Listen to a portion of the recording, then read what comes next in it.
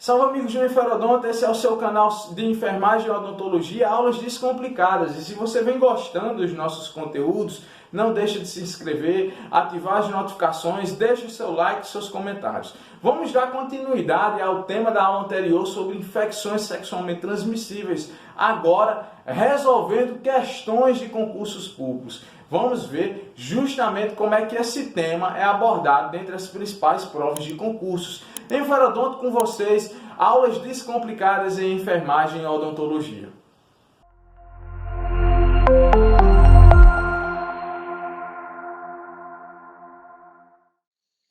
Salve amigos do Enferodonto!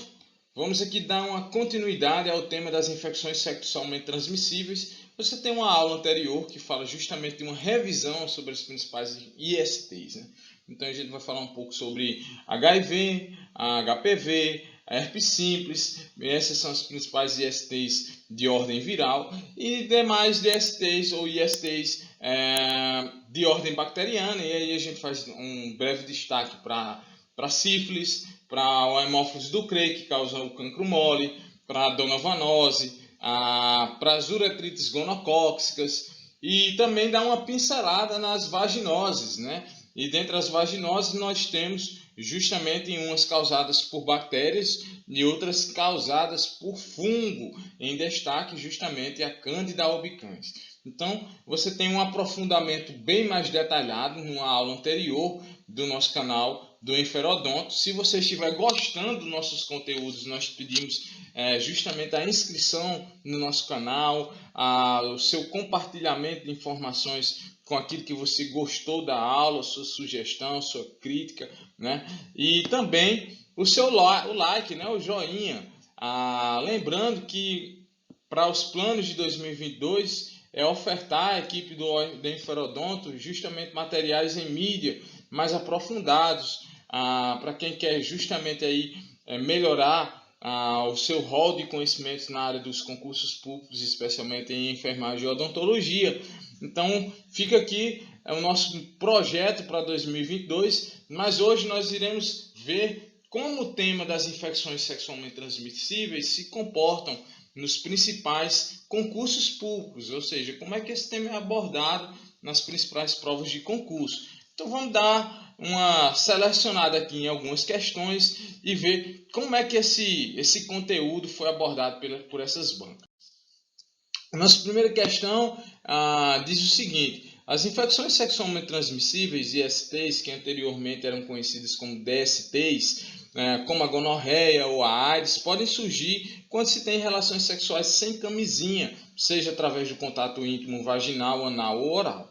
Porém, as chances de contágio aumentam quando se tem vários parceiros no mesmo período de tempo, e estas doenças afetam igualmente homens e mulheres de todas as idades. Nas alternativas abaixo, indique qual não é considerada uma infecção sexualmente transmissível. Então, o texto, por assim dizer, já dá uma informação bem interessante, que é justamente a mudança de nomenclatura da DSTs, né, que eram doenças sexualmente transmissíveis, e infecções sexualmente transmissíveis. Diz parte da lógica que a pessoa pode ser um portador assintomático do agente etiológico. Então, de repente, você pode ser um portador da Neisseria gonorreia. Então, você tem a gonorreia, né, a Neisseria, mas ela não produz sinais e sintomas em você, e você vai ter uma relação sexual desprotegida com outro parceiro, e você vai transmitindo esse agente etiológico para outras pessoas. Então, quando se pensa na noção de DST, de doença, se associa a um conjunto de sinais e sintomas que caracterizam justamente uma patologia.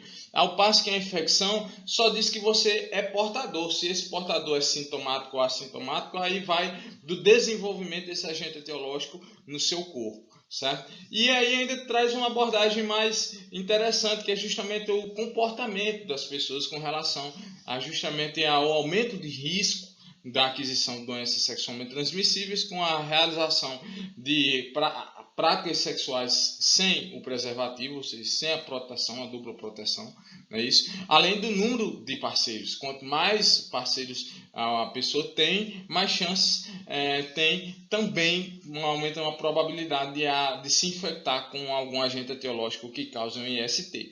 E claro, O comportamento também a gente destaca isso aí, o aumento da longevidade e a vida sexual ativa das pessoas. Então hoje é mais comum apresentar as infecções sexualmente transmissíveis justamente no que a gente chama de terceira idade, entre os seus 60 anos ou mais.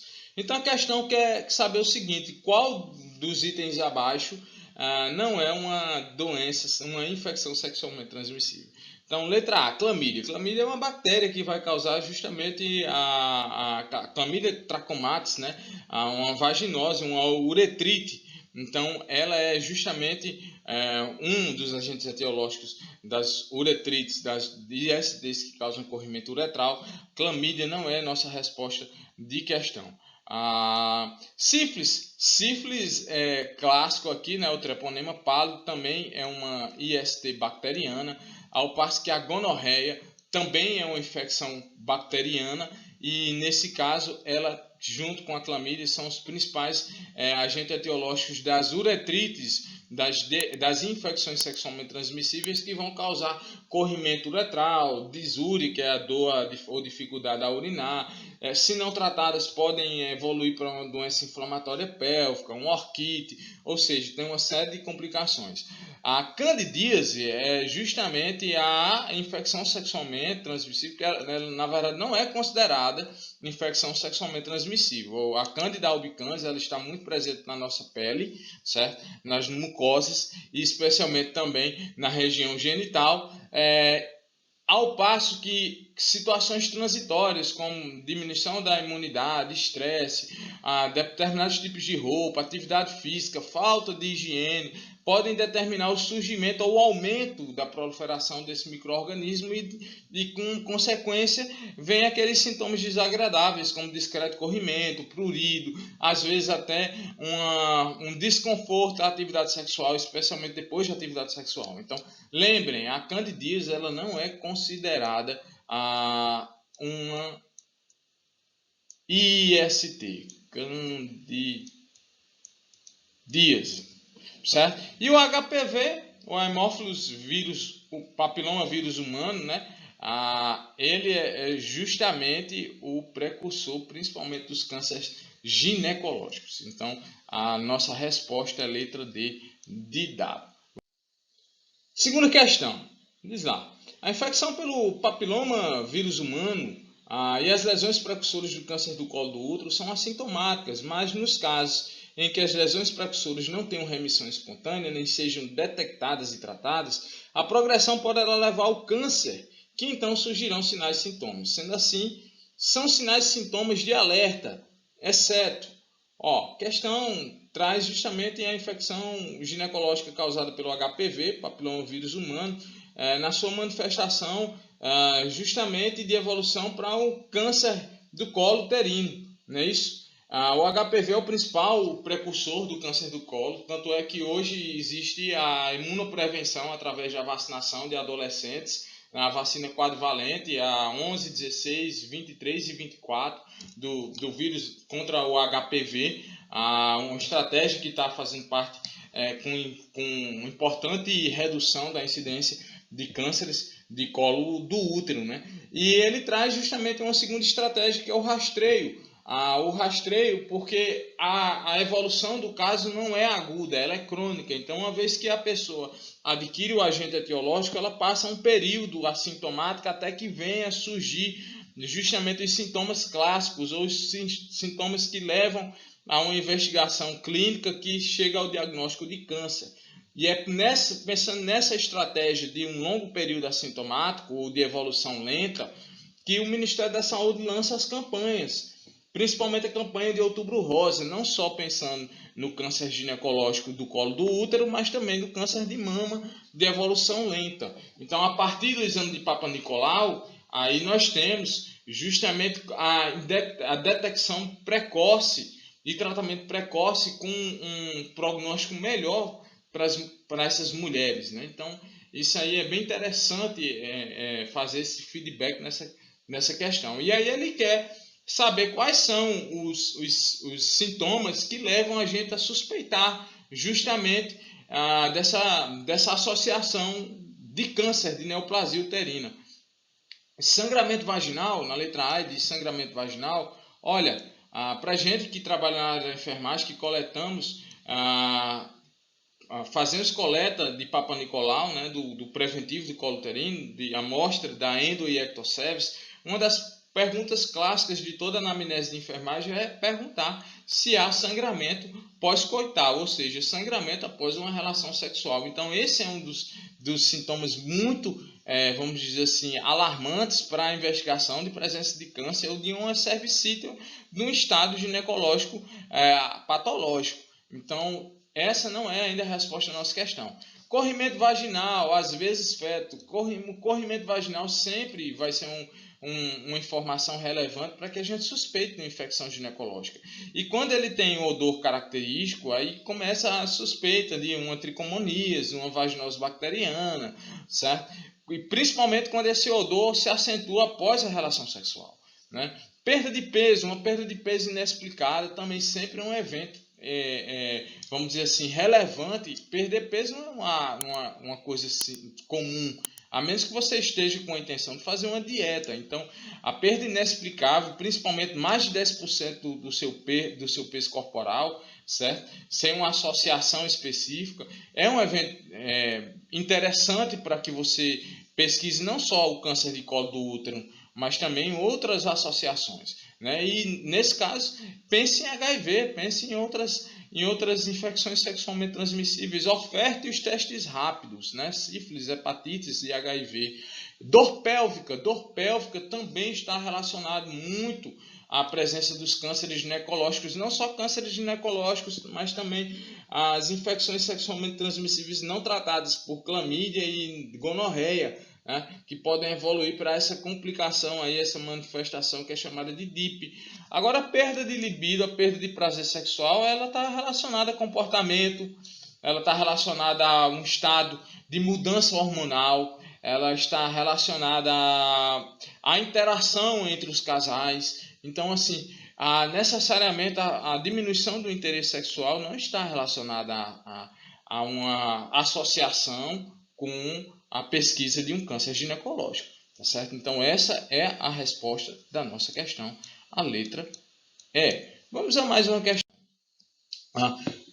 Questão número 3. Nos últimos anos, há uma incidência crescente das infecções sexualmente transmissíveis. Mais de 1 milhão de infecções sexualmente transmissíveis são adquiridas todos os dias em todo o mundo. Assim, corrimento vaginal intenso, amarelo esverdeado, bolhoso, com odor fétido, na maioria dos casos, lembrando a peixe, está associado. Ei, galera, esse aqui é uma terminação, vamos dizer assim, um conjunto de características, uma síndrome, né, que é muito bem definida na literatura como tricomoníase, né, tricomonas vaginalis. Então ele vai falar de cheiro de aminas, de cheiro de bacalhau, cheiro de peixe, às vezes vai até mais forte, né, de peixe podre. Enfim, todas essas informações a literatura classifica muito como isso aqui, ó.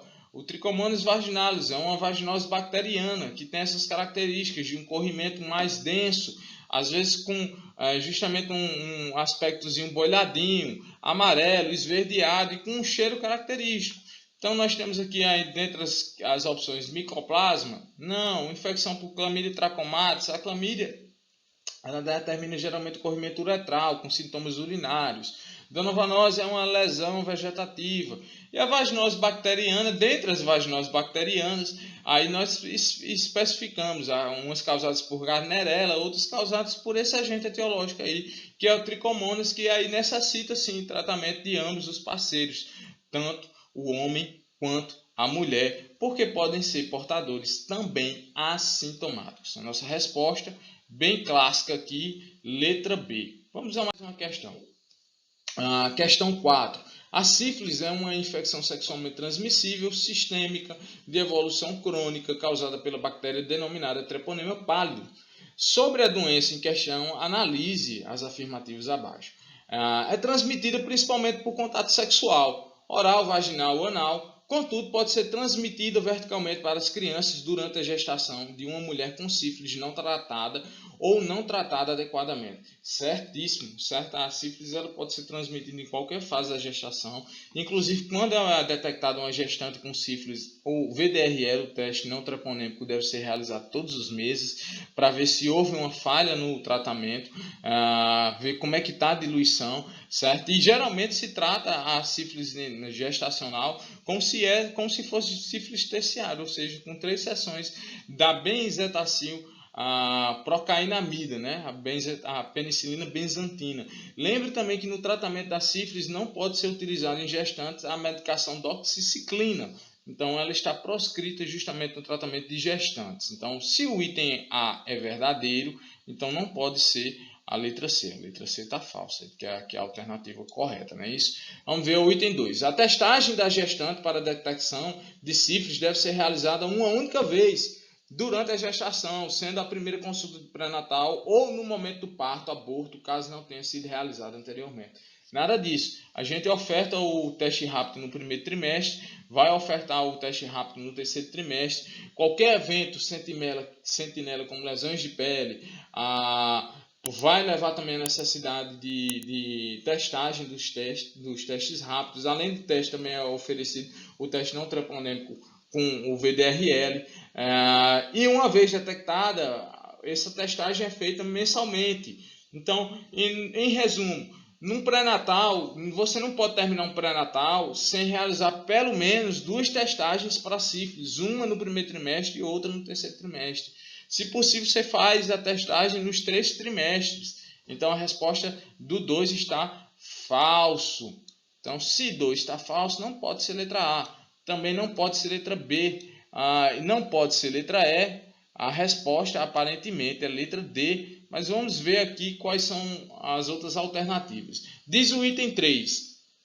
Na gestação, a sífilis pode apresentar consequências severas, como abortamento, prematuridade, natimortalidade, manifestações congênitas precoces ou tardias e ou morte da criança. Está certíssimo. Inclusive tem um plano de descentralização para o tratamento da sífilis nas unidades básicas de saúde, justamente por essas consequências às crianças. É isso? Item 4. Quando a sífilis é detectada na gestante, o tratamento deve ser iniciado o mais rápido possível com a penicilina benzantina. Também está correto. Então, nós não temos como item correto apenas o item 2 e a resposta é seguramente a letra D. Mais uma questão aqui, vamos lá. Questão número 5. A Prefeitura de João Pessoa, OCP 2021, vamos lá. Paciente do sexo feminino, 28 anos, procurou o serviço de saúde com queixas de ulceração na região genital. Após o resultado laboratorial dessa paciente ter dado positivo para o treponema pálido, é correto afirmar que estamos diante de qual infecção sexualmente transmissível? A questão anterior resolvi essa aí, né? Falou em treponema pálido, um agente etiológico causador de quem? Letra E, sífilis, né? Vaginose bacteriana, pode ser quem? Tricomonas, pode ser o quê? Gardnerella. Condiloma acuminado. Quando a gente está falando em condiloma acuminado, é o papiloma vírus humano, o famoso HPV. E aqui a gonorreia e a clamídia, elas são causadoras, justamente o que a gente chama de uretrites. Então a gonorreia é a Neisseria gonorrhoeae e a clamídia é a Chlamydia trachomatis. Então falou de treponema pálido, lembrou de sífilis. Vamos a mais uma questão. Item 6, né? Questão 6. Com a banca CAP Paraná. Não conheço essa, deve ser secretaria, não sei. Vamos lá. Durante a consulta de enfermagem da adolescente MEF, 16 anos, a enfermeira observou a presença de lesões clínicas, como verrugas na região genital e no ânus. Estas lesões são popularmente conhecidas como crista de galo, figueira ou cavalo de crista. Neste caso, essas lesões são características de assinala a alternativa que preencha corretamente a lacuna. A gonorreia, não, gonorreia é uma uretrite gonocócica, né? É uma bactéria. A condiloma acuminado, a gente já tinha até falado lá na questão anterior. É o HPV, o famoso HPV, né? Doença hoje imunoprevenível, vacinação de meninos e meninas, né? Sífilis é o treponema pálido.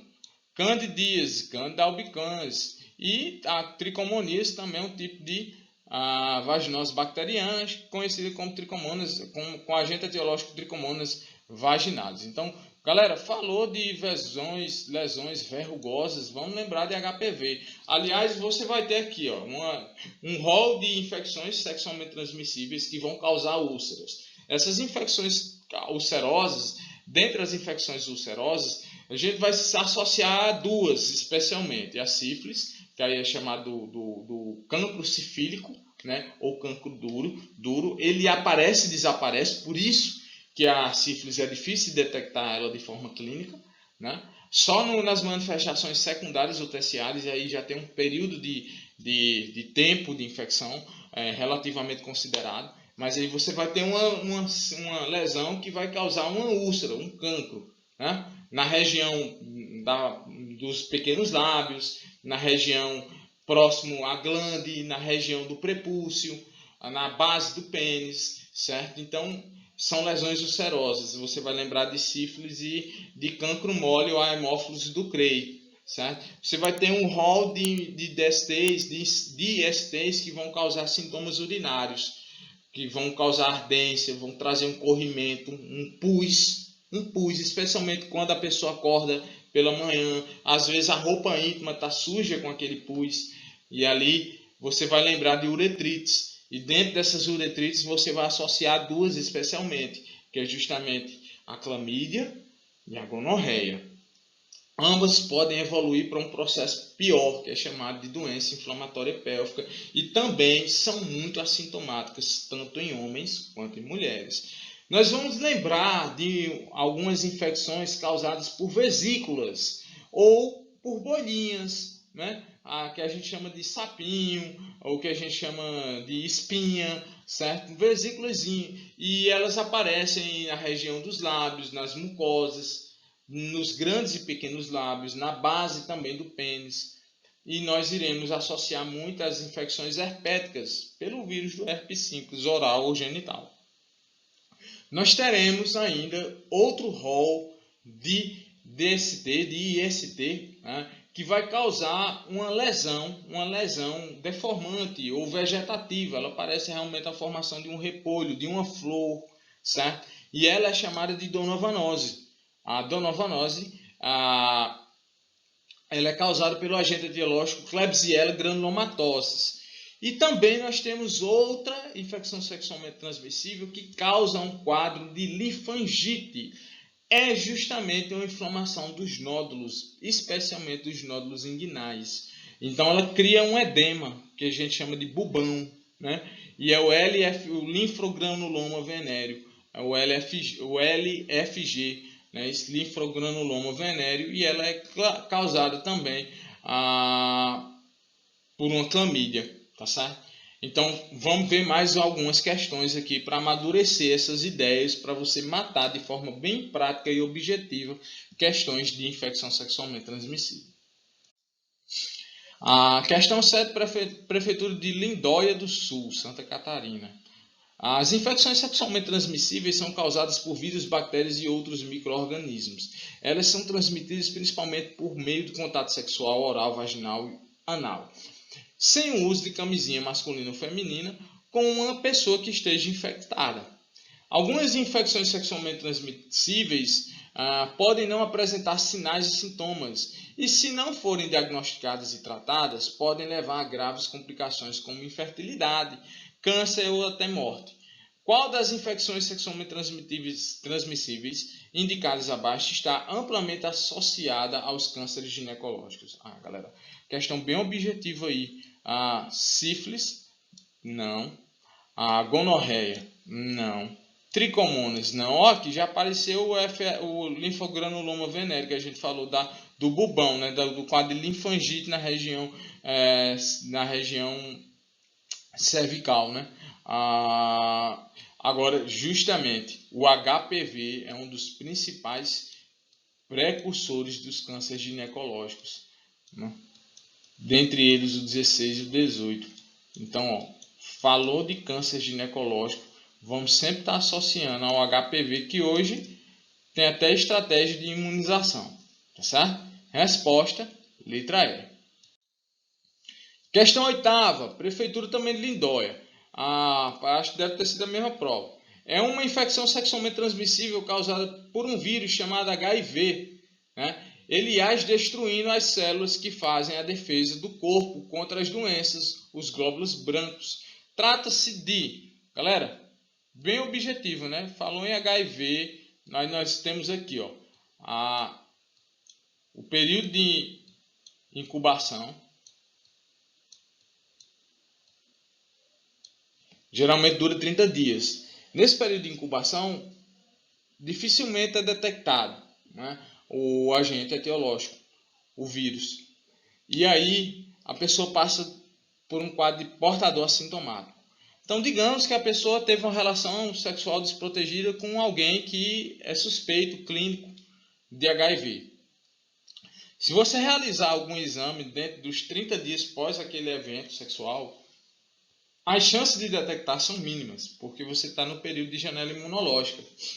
Você vai passar por um período que é chamado de infecção aguda, em que a quantidade de carga viral é pouca e a agressão ao seu sistema imunológico, especialmente às células linfócitos TCD4+, é mínima. Mas já existe a soroconversão, então já é possível se detectar por exames de anticorpos, né? Exames imunológicos, o HIV. Esse período de infecção assintomática ou infecção latente ou infecção subaguda, né, é bem inespecífico porque os seus quadros de doenças, seus quadros de sintomas são muito semelhantes a outras infecções que a gente tem, como uma amigdalite, uma quadro de afta, um quadro de sinusite, uma febre autolimitada que aparece e depois se resolve, porque seu sistema imunológico ainda está competente. Aí você passa um período crônico, um período, vamos dizer assim, mais prolongado, em que a quantidade de carga viral vai aumentando, mas a destruição dos linfócitos TCD4 vai ficando estável. Você ainda não está com seu sistema imunológico incompetente, mas ele já tem sinais de fragilização. Aí também você vai detectar bem esse vírus por exames laboratoriais, especialmente os imunológicos. Mas chega uma fase em que a quantidade do vírus é muito alta, a carga viral é alta e a quantidade de linfócitos TCD4 é baixa. E nesse período aí você está muito suscetível a ter grandes repercussões clínicas em doenças infecciosas ou oportunistas que sempre viviam com você. Você já tinha adquirido esse agente etiológico ou adquiriu nesse percurso, tá certo? E é nesse momento que chama-se isso aqui, a SIDA, a AIDS, a SIDA, né? Que é marcado justamente por uma quantidade de linfócitos TCD4+,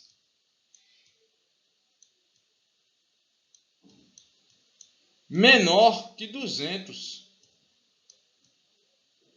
por gota de sangue. Então essa é a fase clínica que ele caracteriza a SIDA, né? Ou a AIDS. Então há uma associação em HIV é o agente etiológico, e justamente esse estado de avanço da infecção viral que determina uma destruição do sistema linfático, né? do sistema de defesa linfática. Tá certo? Isso aí é o que leva justamente à não superação das infecções oportunistas pela pessoa que está acometida. Se bem que quando se faz o tratamento adequado, hoje o tratamento do HIV ele visa justamente isso aí, o restabelecimento do sistema imunológico e a redução da carga viral. Tá certo? Então, fazemos hoje a qualidade de vida das pessoas que são portadores de HIV melhorou bastante. O país é um dos que mais se destacam no tratamento das infecções, da infecção pelo HIV. Tá certo? Então, a resposta é a letra A da 8ª questão. 9ª questão, diz lá. A sífilis é uma infecção sexualmente transmissível que acomete exclusivamente o ser humano, podendo apresentar várias manifestações clínicas e diferentes estágios: sífilis primária, secundária, terciária e latente. É causada pela bactéria, aí ele quer saber o agente etiológico, né? Então, Corynebacterium não é, Botella pertussis, ela vai causar o quê? A coqueluche, Acinetobacter baumannii, não sei que bactéria é essa aqui. A Clostridium difficile, eu também não conheço ela, eu ia confundindo aqui com a difteria, mas não é não. E a Treponema pallidum, aí sim, objetivamente, a gente tem justamente esse aí como agente etiológico da sífilis, né? Então, bem objetivo aí para reforçar o agente etiológico. A nossa última questão diz o seguinte: sobre as infecções sexualmente transmissíveis, verifique as assertivas e assinale a correta. No caso da gonorreia e infecção por clamídia, o parceiro deverá ser tratado apenas se apresentar sinais e sintomas. Não. Os dois são tratados, tá certo? Até porque essas duas doenças aí, essas infecções, perdão, elas são muito mais assintomáticas do que sintomáticas. Então você tem que quebrar a cadeia de transmissão. Então, se você quer a correta, o item A está falso. Letra B. A oferta do preservativo masculino e feminino pelos serviços de saúde deve ser realizada sem restrições de quantidade de retirada e sem exigência de documentos de identificação. A distribuição deve ser feita como parte da rotina de atendimento conforme a necessidade de cada pessoa. Existe até assim um certo estigma, preconceito que eu vou ir buscar justamente o preservativo nas unidades básicas de saúde, né? Então, hoje a gente utiliza uma estratégia de deixar uma caixinha de preservativos ali no banheiro masculino, feminino, deixar uma caixinha de preservativo perto da sala de aconselhamento, de acolhimento, oferecer durante as consultas de enfermagem também esses preservativos de forma mais discreta, porque nem todas as pessoas se sentem à vontade de chegar e solicitar o preservativo. Então você tem que reduzir essas barreiras, especialmente essa barreira comportamental, essa barreira cultural. Então a letra B está correta. Vamos ver a letra C. A vacina contra o HPV é indicada exclusivamente para meninas, adolescentes de 9 a 14 anos de idade, pessoas com HIV de 9 a 26 anos de idade e pessoas transplantadas de 9 a 26 anos de idade. Não, a HPV também é indicado para meninos de 9 a 11 anos, não é só para meninas. Então a letra C está falsa, né? E a letra D diz o seguinte: as infecções sexualmente transmissíveis são transmitidas exclusivamente por contato sexual. Não, né, gente? Pode ser transmitido por quê? Pelo canal do parto, durante a gestação, via transplacentária, por aleitamento materno, por acidente com materiais perfurocortantes. Então você tem um rol de transmissibilidade, não só pelo contato sexual, mas por outras vias também. Então, só reforçando, a letra B, ela traz uma informação muito, muito viva ainda, muito culturalmente presente, principalmente em quem trabalha na atenção primária à saúde, quem trabalha na atenção básica, quem trabalha em unidades básicas de saúde. Então ficou aqui um reforçozinho sobre as infecções sexualmente transmissíveis. Você tem uma aula que trata de uma revisão sobre essas principais ISTs, tá certo? A gente trouxe aqui uma seleção, você vai ter um rol de muitas questões aí de concursos públicos, e a ideia é essa aí, estudar e praticar, estudar teoria e aí cair para questões de provas de concurso. E a gente elenca como um dos principais materiais para você estudar o Guia de Vigilância Epidemiológica, que vai tratar muito bem da abordagem sindrômica, do diagnóstico e do tratamento dessas infecções sexualmente transmissíveis. Um forte abraço, sucesso nos estudos, Enferodonto com vocês, aulas descomplicadas em enfermagem e odontologia. Eu torço pelo seu sucesso. Forte abraço, até a próxima. E aí galera, se você gostou do vídeo, então não deixe de se inscrever no canal, ativar o sininho, deixar seu like, seus comentários. Isso vai ajudar bastante a nós do canal trabalharmos para mais conteúdos. Enferodonto com vocês, aulas descomplicadas.